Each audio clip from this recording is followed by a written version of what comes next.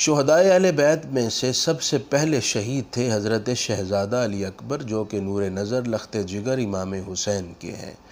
آپ کی عمر 18 سال تھی۔ حسن ظاہری میں، شکل و صورت میں اور عادات و خصال میں رسول اللہ کے مشابہ تھے، اس وجہ سے آپ کو شبیہ رسول بھی کہا جاتا ہے۔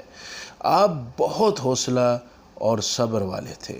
اپنے دادا حضرت علی کی بارگاہ میں سن شعور کی بہت ساری ساعتیں گزاری اور حضرت علی نے ان کی خاص تربیت فرمائی تھی۔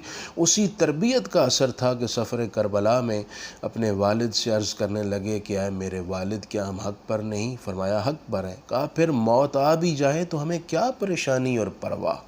حضرت امام حسین نے اپنے بیٹے کے حوصلے اور صبر کو دیکھ کر مسکرا کر ان کے لیے دعا فرمائی۔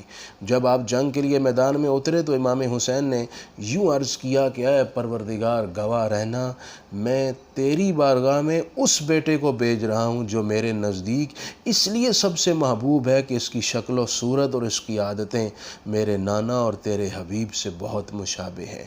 حضرت شہزادہ علی اکبر نے جام شہادت نوش کیا۔ آپ کی قربانی بہت عظیم ہے۔